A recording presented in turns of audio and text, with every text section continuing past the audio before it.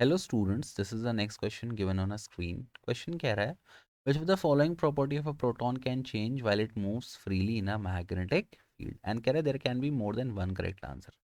इसको समझने के लिए पहले अपन 3 डायमेंशन देखते हैं. ठीक, ये देखो, ये एक 3D आपका डायग्राम है.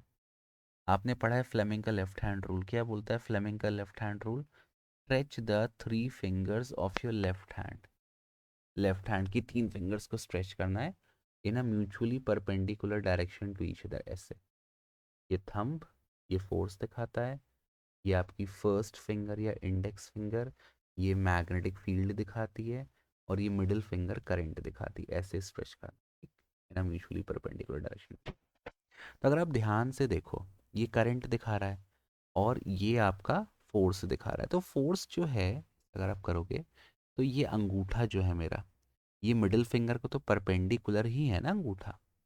मतलब फोर्स जो है वो चार्ज पार्टिकल के मोशन को परपेंडिकुलर एक्ट कर रहा है. अब सुन लो मेरी एक बात, ये आपको शायद नहीं पता होगा क्योंकि पढ़ाया नहीं जाता है छोटी क्लासेस में. अगर कोई भी फोर्स, अगर इस दुनिया में कोई भी फोर्स पार्टिकल के डिस्प्लेसमेंट को परपेंडिकुलर लगता है, तो वह फोर्स केवल पार्टिकल का डायरेक्शन चेंज करता है, उसकी स्पीड का मैग्नीट्यूड चेंज नहीं करता. एक मैं आपको बहुत सिंपल उदाहरण देता हूँ. जब धरती बनी ना बेटा, धरती कैसे बनी? बिग बैंग थ्योरी से.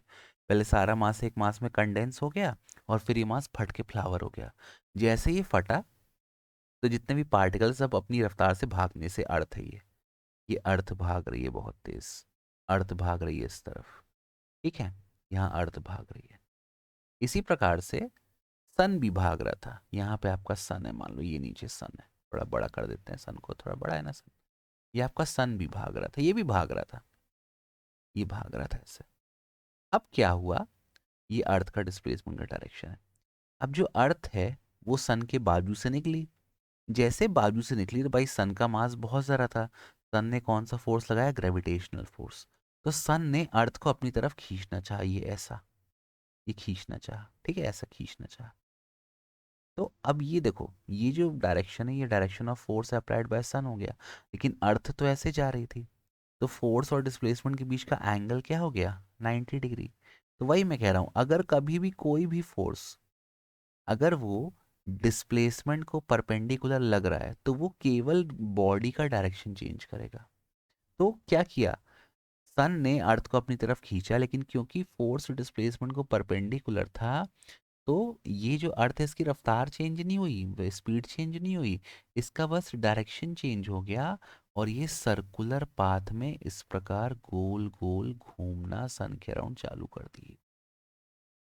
तो यहाँ भी वही होता है, क्योंकि फोर्स जैसे मान लो FBI आपका है, एक एक एक्सिस में फोर्स है, एक में मैग्नेटिक फील्ड है, एक में करंट है, एक है एक्स एक्सिस, एक है वाई एक्सिस, एक है जेड एक्सिस. तो जो फोर्स है वो करंट या मोशन ऑफ चार्ज पार्टिकल को परपेंडिकुलर है.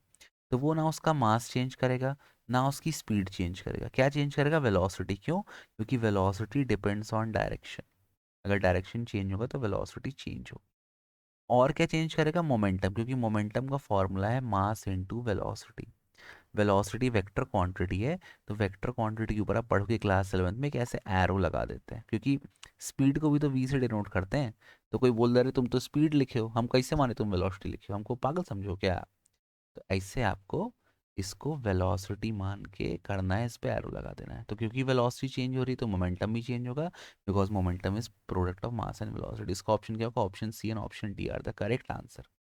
I hope it is clear to you. Thank you for watching. Keep loving, keep supporting. Bye.